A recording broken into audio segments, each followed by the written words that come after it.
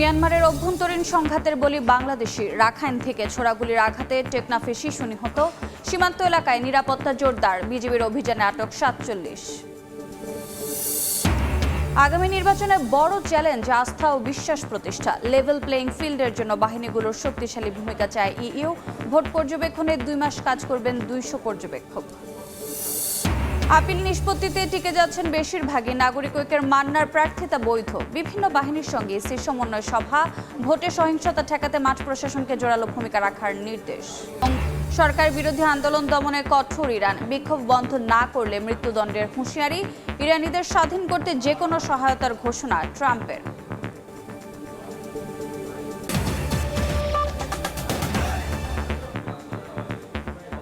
সময় সংবাদের সঙ্গে আছে আমি রোজা চৌধুরী। মিয়ানমারের অভ্যন্তরে সংঘর্ষের সময় ছোড়া গুলির আঘাতে কক্সবাজারের টেকনাফে গুলিবিদ্ধ হয়ে এক শিশু নিহত হয়েছে। এ ঘটনার প্রতিবাদে সড়ক অবরোধ করে বিক্ষোভ করেছেন স্থানীয়রা। বিজিবি জানায় ভোরে টেকনাফ সীমান্তের কাছে মিয়ানমারের অভ্যন্তরে আরাকান আর্মি ও জান্তা বাহিনীর মধ্যে সংঘর্ষ শুরু হয়। গোলাগুলির শব্দে ঘুম ভাঙে টেকনাফবাসীর। দুই পক্ষের মধ্যে অন্তত ঘণ্টাব্যাপী গোলাগুলি হয়। এক পর্যায়ে রোহিঙ্গার সশস্ত্র গোষ্ঠীর সদস্যরা সীমান্তের শূন্য রেখার দিকে পিছু হটে অবস্থান নেয়। সকাল ৯টার দিকে আবার উভয় পক্ষের মধ্যে তীব্র সংঘাতের ঘটনা ঘটে। এ সময় মিয়ানমার দিক থেকে ছোঁড়া গুলি সীমান্তের বাংলাদেশি এক বসতঘরে আঘাত হানে। এতে আফনান নামের বাংলাদেশি এক শিশু গুলিবিদ্ধ হয়ে মারা যায়। এ ঘটনার পর সীমান্ত এলাকায় নিরাপত্তা জোরদারের পাশাপাশি বিজিবির অভিযানে আটক করা হয় ৪৭ জন রোহিঙ্গা ডাকাতকে।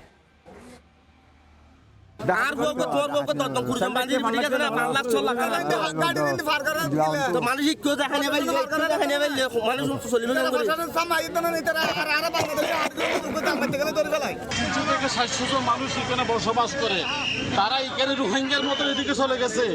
এখানে রোহিঙ্গারা এখানে দখল করে আছে ঘরের মধ্যে।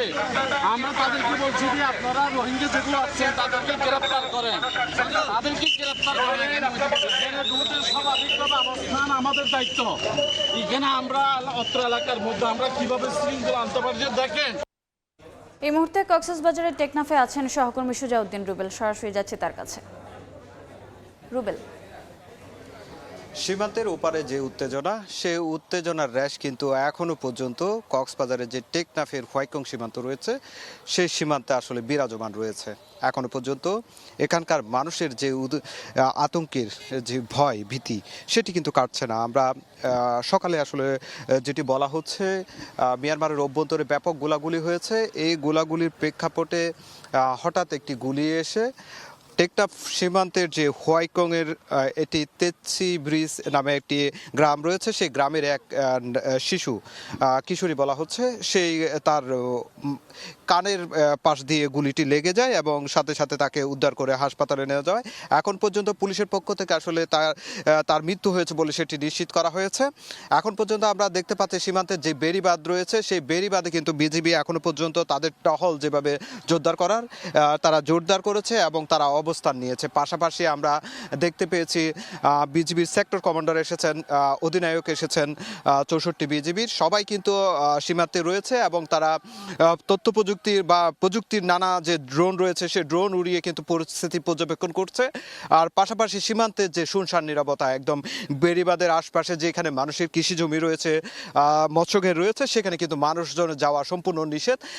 সেখানে আসলে কিন্তু কেউ যেতে পারছে না। এক প্রকার মানুষ ভয়ভীতির মধ্যে রয়েছে। আমরা সীমান্তে যে বাসিন্দাদের সাথে কথা বলেছি তারা বলছে যে গোলাগুলি গত কয়েকদিন ধরে গোলাগুলি হচ্ছে, সেই গোলাগুলির আজকে একটি গুলি এসে পড়েছে এবং একজনের নিহতের ঘটনায় তাদের মধ্যে আতঙ্ক বিরাজ করছে। তবে বিজিবি যেটি বলছে তারা সর্বোচ্চ নিরাপত্তা জোরদার করেছে। এখন পর্যন্ত সীমান্ত থেকে প্রায় রোহিঙ্গা যে ডাকাত দল রয়েছে, ডাকাত দলের প্রায় ৪৯ জন সদস্যকে বিজিবি আটক করেছে। অভিযান এখনো অব্যাহত রয়েছে। তো এই ছিল আমার কাছে টেকনাফ সীমান্ত থেকে সব শেষ।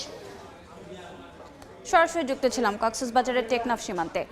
মিয়ানমারের অভ্যন্তরে বিদ্রোহী গ্রুপ আরাকান আর্মির সঙ্গে রোহিঙ্গা বিদ্রোহী ও জান্তা বাহিনীর সংঘাতে বাংলাদেশের সীমান্ত এলাকা দিন দিন ঝুঁকিপূর্ণ হয়ে উঠেছে।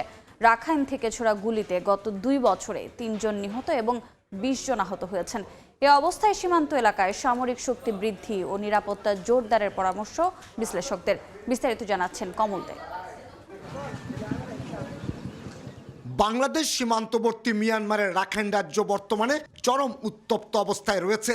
একদিকে যেমন মিয়ানমারের জান্তা সরকারের সেনাবাহিনীর সঙ্গে বিদ্রোহী আরকান আর্মির রক্তক্ষয়ী সংঘাত চলছে, তার সঙ্গে নতুনভাবে সংঘাতে জড়িয়েছে রোহিঙ্গা নেতৃত্বাধীন অন্যান্য বিদ্রোহী গ্রুপগুলো, আর তাতে নিরাপত্তা শঙ্কার মধ্যে পড়েছে বাংলাদেশ। আরাকান আর্মি এবং রোহিঙ্গা যে বিদ্রোহী গোষ্ঠী আছে তাদের ভিতরেই সংঘাত চলছে, মধ্যখানে মিয়ানমার সেনাবাহিনীও সেখানে জড়িত। সো এটা স্পিল ওভার হওয়ার, অর্থাৎ আমাদের এখানেও এসে তারা যখন সংঘাতে এক পক্ষ টিকতে পারবে না, সেই পক্ষ আশ্রয়ের জন্য হয়তো বাংলাদেশে আশ্রয় নিতে চাইবে, সেখানে উপসর্গ যোগ হয়েছে, বাংলাদেশের জন্য ঝুঁকি তৈরি হয়েছে। এদিকে মিয়ানমারের রাখাইনে সংঘাতে চরম আতঙ্কের মধ্যে রয়েছেন বাংলাদেশের টেকনাফ এবং উখিয়া সীমান্তে বসবাসকারী হাজার হাজার মানুষ। এর আগে ওই অঞ্চলে মিয়ানমার বিদ্রোহীদের ছোড়া মোটর শেল এবং গুলিতে 2 জনের মৃত্যু ও আহত হয়েছেন বেশ কজন। সবশেষ রোববার সকালে মিয়ানমার থেকে ছোড়া গুলিতে প্রাণ হারিয়েছেন এক শিশু। গোলাগুলির মধ্যে এখানে লম্বা গুলির মধ্যে একটা ছেলে নিহত হয়েছে, মারা গেছে। আর বেশি আতঙ্কের মাঝে আজ সারা লাইট ভোর গোলাগুলি চলে। বিশেষ করে ত্রিমুখী সংঘর্ষে কোণঠাসা হয়ে পড়া যে কোনো গ্রুপ আত্মরক্ষার্থে বাংলাদেশে প্রবেশের চেষ্টা করতে পারে ধারণা নিরাপত্তা বিশ্লেষকদের। এমনকি বাংলাদেশও যাতে এই সংঘাতে জড়িয়ে পড়ে তার জন্য উস্কানিও দেওয়া হতে পারে। এটা সীমান্ত সংঘাতপ্রবণ এলাকা যখন থাকে সেটাকে কোলাটেরাল ড্যামেজ বলে, এটা চলে, এটা হচ্ছে পৃথিবীব্যাপী। এটার জন্য কূটনৈতিক পর্যায়ে প্রভাব আলোচনা করা এবং যারা সংঘাতে সেখানে জড়িত আছে যে পক্ষের সাথে বাংলাদেশে, তাদেরকে দূরে সরে যাওয়ার জন্য হয়তো অনুরোধ করা যেতে পারে। বাংলাদেশের সঙ্গে মিয়ানমারের 271 কিলোমিটার সীমান্তের মধ্যে অন্তত 54 কিলোমিটার নাফ নদী এবং বঙ্গোপসাগর, আর বাকি স্থল সীমান্তের মধ্যে রয়েছে বান্দরবানের নাইক্ষ্যংছড়ি, কক্সবাজারের টেকনাফ, উখিয়া। বর্তমানে সীমান্তে অবস্থান রয়েছে বিদ্রোহী গ্রুপ আরাকান আর্মি এবং রোহিঙ্গা ভিত্তিক গ্রুপগুলোর। কমল দে, সময় সংবাদ, চট্টগ্রাম। অন্য প্রসঙ্গ, বাংলাদেশে একটি অবাধ, সুষ্ঠু এবং নিরপেক্ষ নির্বাচন দেখতে চায় ইউরোপীয় ইউনিয়ন। দুপুরে রাজধানীর একটি হোটেলে ইউরোপীয় ইউনিয়নের নির্বাচন পর্যবেক্ষণ দলের প্রধান ইভারোস আইজাবস গণমাধ্যমকে একথা বলেন। জানান, রাজনৈতিক দলগুলোর সঙ্গে সাক্ষাতে অবাধ, সুষ্ঠু এবং নিরপেক্ষ নির্বাচন আয়োজনের কথা জানিয়েছে ইইউ প্রতিনিধি দল। বলেন, সুষ্ঠু নির্বাচন আয়োজনের সবচেয়ে চ্যালেঞ্জিং জনগণের মধ্যে বিশ্বাস স্থাপন করা। লেভেল প্লেইং ফিল্ডের জন্য আইন শৃঙ্খলা রক্ষাকারী বাহিনীর শক্তিশালী ভূমিকা প্রয়োজন জানিয়ে ইভারোস আইজাবস বলেন, অবাধ এবং সুষ্ঠু নির্বাচন করার সক্ষমতা রয়েছে বাংলাদেশের। কানাডা, নরওয়ে, সুইজারল্যান্ডের 200 পর্যবেক্ষক কাজ করবেন ত্রয়োদশ জাতীয় সংসদ নির্বাচনে। 2 মাস পর্যবেক্ষণ শেষে নির্বাচনে নিরপেক্ষ পর্যবেক্ষণ তুলে ধরবে EU. Bangladesh is capable of having really credible participatory elections. আমরা মনে করি বাংলাদেশের সুষ্ঠু, অবাধ ও নিরপেক্ষ নির্বাচন আয়োজনের সদিচ্ছা ও সক্ষমতা আছে। রাজনৈতিক দলগুলো তাই চায়। দলগুলোর পাশাপাশি জনমনেও আস্থা আনতে হবে। সামাজিক মাধ্যমের অপব্যবহার ও ঘৃণাসূচক বক্তব্যগুলোর ব্যাপারে ইউরোপীয় ইউনিয়ন পর্যবেক্ষণ করবে। ফরেন সার্ভিস একাডেমিতে প্রধান উপদেষ্টা প্রেস সচিব প্রেস উইংয়ের ব্রিফিং চলছে, সরাসরি যাচ্ছে সেখানে। এবং এটা বাংলাদেশের আমি একটু আগেই বলেছি, একটা ডেমোক্রেটিক উত্তরণের জন্য খুবই প্রয়োজনীয়। ইলেকশনের জন্য উনি বলেছেন যে মেজর চ্যালেঞ্জ হচ্ছে সোশ্যাল মিডিয়া থেকে যেই ধরনের সোশ্যাল মিডিয়া ব্যবহার করে আপনি জানেন যে খুব ম্যাসিভ মিসইনফরমেশন, ডিসইনফরমেশন ছড়ানো হচ্ছে এবং এখানে এইটা দিয়ে অনেক ক্ষেত্রে ভায়োলেন্স ইনস্টিগেট করা হচ্ছে। তাছাড়া পতিত স্বৈরাচারের লোকেরা ইলেকশন ডিসরাপ্ট করার চেষ্টা করবে, তবে সিকিউরিটি ফোর্সেস পুরোপুরি রেডি থাকবে যে কোনো চ্যালেঞ্জ ফেস করার জন্য, তারা অলরেডি রেডি আছে। প্রফেসর ইউনুস বলেছেন ওমেন এবং ইয়াং পিপলদের মধ্যে ভোটের জন্য খুবই এনথুসিয়াজম লক্ষ্য করা যাচ্ছে এবং খুবই হাই এনথুসিয়াজম, এবং আসন্ন নির্বাচনে উনি আশা করছেন খুবই ভালো টার্ন আউট হবে। এই ছিল আজকের মিটিং, মানে ইউরোপিয়ান ইউনিয়নের চিফ ইলেকশন অবজারভারের সাথে মিটিংয়ের মূল ডিসকাশনের বিষয়বস্তু। এছাড়া আকিয়াবের সাথে ওনার একটা মিটিং হয়েছে এবং সে বিষয়ে আমাদের ডেপুটি প্রেস সেক্রেটারি উনি কথা বলবেন, আর তারপরে যে কথা বলবেন ইয়ের বিষয়ে, ওই কিছু ভায়োলেন্সের বিষয়ে আমাদের Faiz Ahmed senior assistant press secretary বলবেন। সরাসরি যুক্ত ছিলাম ফরেন সার্ভিস একাডেমিতে। প্রার্থিতা বাতিলের বিরুদ্ধে নির্বাচন কমিশনে চলছে আপিল নিষ্পত্তির দ্বিতীয় দিনের শুনানি। আজ ৭০টি আপিল আবেদনের ওপর শুনানি চলছে। এর আগে ভোটের মাঠের সার্বিক আইন শৃঙ্খলা পরিস্থিতি নিয়ে সশস্ত্র বাহিনী সহ ১৬ বিভাগ এবং সংস্থার সঙ্গে বৈঠক করে নির্বাচন কমিশন। ভোটের সহিংসতা ঠেকাতে আরও জোরালো ভূমিকা রাখতে মাঠ প্রশাসনকে নির্দেশ দেয় ইসি। ত্রয়োদশ জাতীয় সংসদ নির্বাচনের রিটার্নিং অফিসারের সিদ্ধান্তের বিরুদ্ধে আপিলের উপর দ্বিতীয় দিনের শুনানি চলছে নির্বাচন কমিশনে। রোববার ৭০টি আপিল আবেদন শুনানির জন্য রাখা হয়। দুপুর পর্যন্ত ৩৫টি আপিল শুনানির মধ্যে ২৭ জন প্রার্থিতা ফিরে পেয়েছেন, আর ইসি নামঞ্জুর করেছেন ৫ জনের আপিল। স্থগিত রয়েছে ৩টি। ২৮শে ডিসেম্বর থেকে সমস্ত সম্পদের বিবরণী হলফনামায় অ্যাডভোকেটের সাইন সহ নোটারি সহ জমা দিয়েছিল।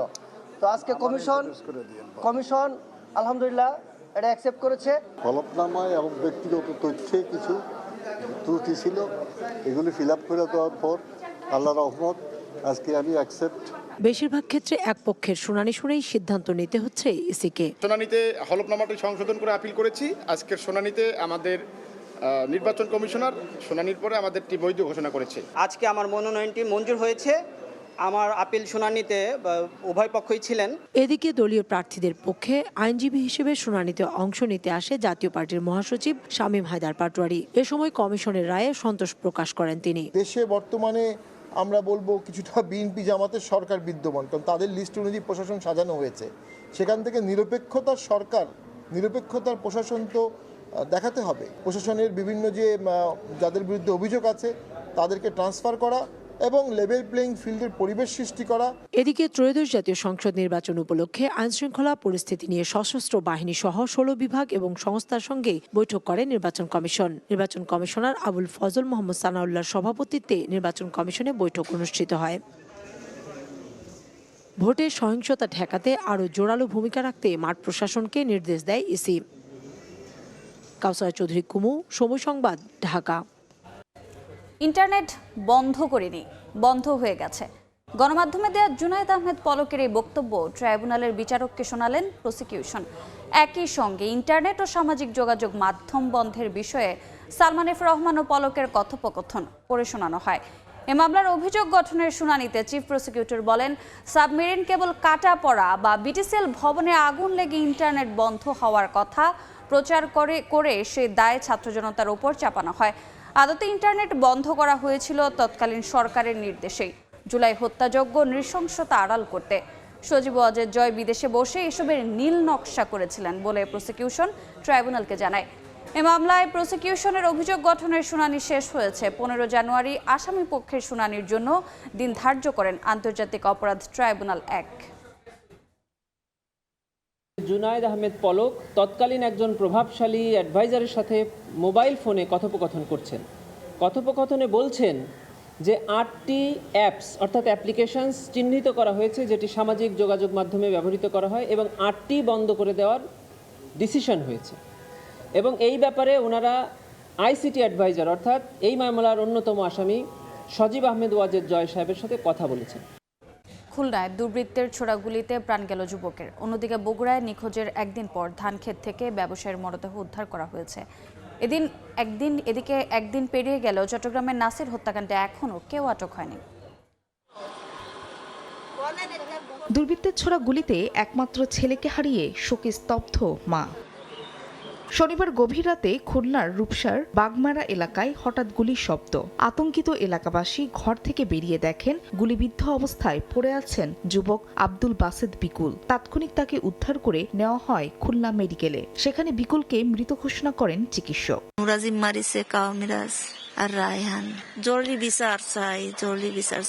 পুলিশ জানায় নিহত যুবক বিকুলের বিরুদ্ধে একাধিক মামলা রয়েছে। পূর্বশত্রুতার জেরে এই হত্যাকাণ্ড হয়ে থাকতে পারে। এটা তদন্ত চলছে, বিরুদ্ধে একাধিক মামলা হয়েছে। এদিকে চট্টগ্রামে জামাল হত্যাকাণ্ডে এখনো কোনো মামলা হয়নি, আটক হয়নি কেউ। শনিবার রাতে ফটিকছড়ির লেলাং ইউনিয়নে মোটরসাইকেলে করে আসা 2 আরোহী গুলি করে হত্যা করে জামালকে। এই সময় আহত হন নাসির নামে আরেক যুবক। এলাকায় একক আধিপত্য বিস্তারকে কেন্দ্র করে যতদূর শুনতে পেরেছি আসলে এই দুর্ঘটনা। এছাড়া নিখোঁজের একদিন পর বগুড়ার শেরপুরের জামালপুরে ধান খেতে মিলল এক ব্যবসায়ীর মরদেহ।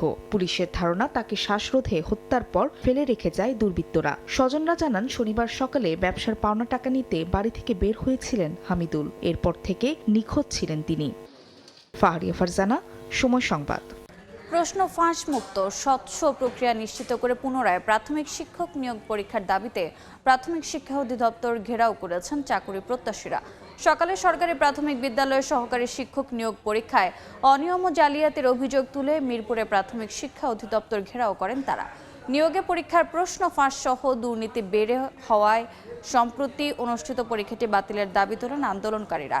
এছাড়াও প্রশ্ন ফাঁসকারীদের শাস্তির দাবি জানান তারা। হুঁশিয়ারি দেন প্রশাসনের আশ্বাস না পাওয়া পর্যন্ত আন্দোলন চালিয়ে যাওয়ার। ক্যাশলেস লেনদেন জনপ্রিয় করা গেলে রাজস্ব বাড়বে 1.5 থেকে 2 লাখ কোটি টাকা। এই সঙ্গে দুর্নীতি কমবে বলে মনে করেন বাংলাদেশ ব্যাংকের governor doctor Ahsan H Mansur. রাজধানীর একটি হোটেলে ইসলামী ব্যাংকের এমকেশ রিলঞ্চিং অনুষ্ঠানে তিনি কথা বলেন। গভর্নর জানান দেশের ইসলামী ব্যাংকগুলোতে সরকারিভাবেই ডাকাতি করে ক্ষতিগ্রস্ত করা হয়েছে।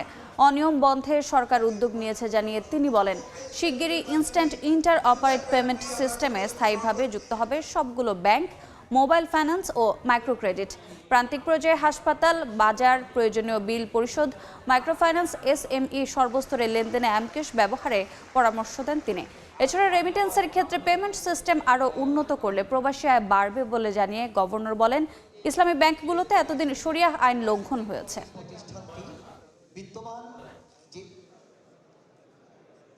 আমাদের হিসাবে ক্যাশলেস সোসাইটি হলে বাংলাদেশের করাপশন অনেক কমে যাবে এবং 1.5 থেকে 2 লক্ষ কোটি টাকার নতুন রাজস্ব আয় বৃদ্ধি পাবে। আমরা চাই বাংলাদেশে ইসলামিক ব্যাংক অলরেডি একটা শক্তিশালী অবস্থানে আছে, কিন্তু একটা বড় ধাক্কা খেয়েছে বিকজ অফ ইন্টারভেনশন প্রিভিয়াস গভর্নমেন্টের যে ধরনের আমি বলবো সরকারিভাবেই ডাকাতি করা ব্যাংকগুলোকে। তো এইটার কারণে ব্যাপক ক্ষতি সাধন হয়েছে। আমরা সেখান থেকে বের হয়ে আসার চেষ্টা করছি। আমাদের উদ্দেশ্য হচ্ছে ক্যাশলেস বাংলাদেশ গঠন করা। 2008 সালের নির্বাচনে ক্ষমতাচ্যুত শেখ হাসিনা যে সম্পদের তথ্য হলফনামায় দিয়েছিলেন তাতে মিথ্যা তথ্য ছিল বলে মন্তব্য করেছেন দুদক চেয়ারম্যান আব্দুল মোমেন। তিনি বলেন তৎকালীন দুদক ও নির্বাচন কমিশন বিষয়টি যথাযথভাবে যাচাই করলে তিনি ওই নির্বাচনে অংশগ্রহণের যোগ্যতা হারাতেন। রিপোর্টার্স এগেইনস্ট কারাপশন র্যাকের 22 বছরে পদার্পণ উপলক্ষে এক অনুষ্ঠান শেষে সাংবাদিকদের প্রশ্নের জবাবে তিনি এসব কথা বলেন। দুদক চেয়ারম্যান বলেন হলফনামায় অপ্রদর্শিত অর্থ বা সম্পদের বিষয়ে দুদকের তাৎক্ষণিকভাবে কিছু করার সুযোগ না থাকলেও নিজ নিজ এখতিয়ার থেকে সম্পদের তথ্য গোপনের বিষয়গুলো খতিয়ে দেখবে সংস্থাটি। এ সময় তিনি আরও জানান হলফনামায় প্রদর্শিত হয়নি এমন কোনো সম্পদের মালিক যেন নির্বাচিত না হন সেটি দুদকের প্রত্যাশা। তারপর একটা লেখা লিখেন, লেখাটার নাম হচ্ছে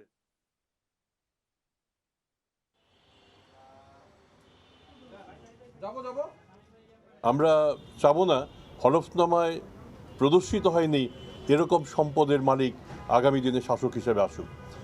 আমি আবার আপনাদের মনে করিয়ে দিই 2008 সালের নির্বাচনে তৎকালীন প্রধানমন্ত্রী শেখ হাসিনা তিনি সম্পদের যে হলফনামায় যে বিবরণী দিয়েছিলেন এবং বাস্তবে আমরা যে সম্পত্তি পেয়েছি তার মধ্যে ছিল বিস্তর ব্যবধান। সে সময় যদি দুর্নীতি দমন কমিশন এবং নির্বাচন কমিশন সঠিকভাবে কাজ করত তাহলে সেই সময়ই তার এই প্রার্থিতা বাতিল হওয়ার কথা ছিল। দেশের বাইরের খবর, ইরানের অভ্যন্তরীণ অস্থিরতার জন্য যুক্তরাষ্ট্রকে দায়ী করে জাতিসংঘে চিঠি পাঠিয়েছে তেহরান। যুক্তরাষ্ট্র ও ইসরায়েল ইচ্ছাকৃতভাবে সহিংসতা উস্কে দিচ্ছে বলে কড়া সতর্কবার্তা দিয়েছেন ইরানের পররাষ্ট্রমন্ত্রী। এদিকে ইরানে যে কোনো সময় হামলার নির্দেশ দিতে পারেন ট্রাম্প বলে খবর প্রকাশ করেছে মার্কিন সংবাদ মাধ্যম ওয়াশিংটন পোস্ট ও নিউ ইয়র্ক টাইমস। তবে হামলা হলে পাল্টা প্রতিরোধ গড়ে তোলার হুঁশিয়ারি দিয়েছে তেহরান। টানা আন্দোলনে অগ্নিগর্ভ ইরান। দেশটিতে ইন্টারনেট বন্ধ ও প্রশাসনের কড়াকড়িতেও আন্দোলনে লাগাম টানতে পারছে না সরকার। স্থানীয় সময় শনিবার রাতে রণক্ষেত্রে পরিণত হয় মাশহাদ শহর। রাজপথে অবস্থান নেয় হাজারো মানুষ। সরকার বিরোধী স্লোগান দেয় বিক্ষোভকারীরা। তেহরানের অভিযোগ যুক্তরাষ্ট্র ও ইসরায়েল অস্থিরতা উস্কে দিচ্ছে। পররাষ্ট্রমন্ত্রী আব্বাস আরাকচি বলেন, যুক্তরাষ্ট্র কিছু ব্যক্তিকে উস্কে দিয়ে বিশৃঙ্খলা সৃষ্টির চেষ্টা করছে। দেশটির সর্বোচ্চ নেতা আয়াতুল্লাহ আলী খামেনি এসব হুমকিকে ভিত্তিহীন বলে উড়িয়ে দিয়ে বলেন, ইরান দুষ্কৃতিকারীদের কাছে মাথা নত করবে না। যুক্তরাষ্ট্রের বিরুদ্ধে বিক্ষোভে উস্কানিদের অভিযোগ এনে জাতিসংঘ নিরাপত্তা পরিষদে চিঠি দিয়েছে ইরান। যুক্তরাষ্ট্র ও ইসরায়েল বেআইনিভাবে ইরানের অভ্যন্তরীণ বিষয়ে হস্তক্ষেপ করছে বলে জানান জাতিসংঘের ইরানি স্থায়ী প্রতিনিধি আমির সাইদ ইরাভানি। অন্যদিকে বিক্ষোভকারীদের সৃষ্টিকর্তার শত্রু হিসেবে বিবেচনা করা হবে এবং তাদের মৃত্যুদণ্ড দেয়া হবে বলে কড়া হুঁশিয়ারি দিয়েছে ইরানের অ্যাটর্নি জেনারেল। বিক্ষোভকারীদের সমর্থনে ইরানে হামলার কথা ভাবছেন মার্কিন প্রেসিডেন্ট ডোনাল্ড ট্রাম্প। বেসামরিক নাগরিকদের হতাহত এড়াতে বেশ কয়েকটি বিকল্প ভাবা হচ্ছে বলে খবর প্রকাশ করেছে নিউ ইয়র্ক টাইমস। তবে হামলা হলে তাৎক্ষণিক জবাব দেওয়ার হুঁশিয়ারি দিয়েছে তেহরান। এরই মধ্যে পেজেশকিয়ান সরকারের বিরুদ্ধে হোয়াইট হাউসের সামনে বিক্ষোভ করেছে কয়েকশো মানুষ। বৃষ্টি উপেক্ষা করে ইরানের সর্বোচ্চ নেতা আয়াতুল্লাহ আলী খামেনির বিরুদ্ধে প্লেকার্ড হাতে স্লোগান দেন তারা। অন্যদিকে লন্ডনে ইরানি দূতাবাসের সামনেও বিক্ষোভ হয়েছে। এ সময় দূতাবাসের সামনে থেকে ইরানের জাতীয় পতাকা নামিয়ে ফেলে বিক্ষোভকারীরা। বরকতুল্লাহ, সময় সংবাদ। এ পর্যায়ে শীর্ষ সংবাদগুলো জানিয়ে দিচ্ছে আরেকবার। মিয়ানমারের অভ্যন্তরীণ সংঘাতের বলি বাংলাদেশি। রাখাইন থেকে ছোড়াগুলির আঘাতে টেকনাফে শিশু নিহত। সীমান্ত এলাকায় নিরাপত্তা জোরদার, বিজিবির অভিযানে আটক 47। আগামী নির্বাচনে বড় চ্যালেঞ্জ আস্থা ও বিশ্বাস প্রতিষ্ঠা। লেভেল প্লেইং ফিল্ডের জন্য বাহিনীগুলোর শক্তিশালী ভূমিকা চায় ইইউ। ভোট পর্যবেক্ষণে 2 মাস কাজ করবেন 200 পর্যবেক্ষক। এবং আপিল নিষ্পত্তিতে টিকে যাচ্ছেন বেশিরভাগই। নাগরিক ঐক্যের মান্নার প্রার্থিতা বৈধ। বিভিন্ন বাহিনীর সঙ্গে ইসির সমন্বয় সভা। ভোটে সহিংসতা ঠেকাতে মাঠ প্রশাসনকে জোরালো ভূমিকা রাখার নির্দেশ।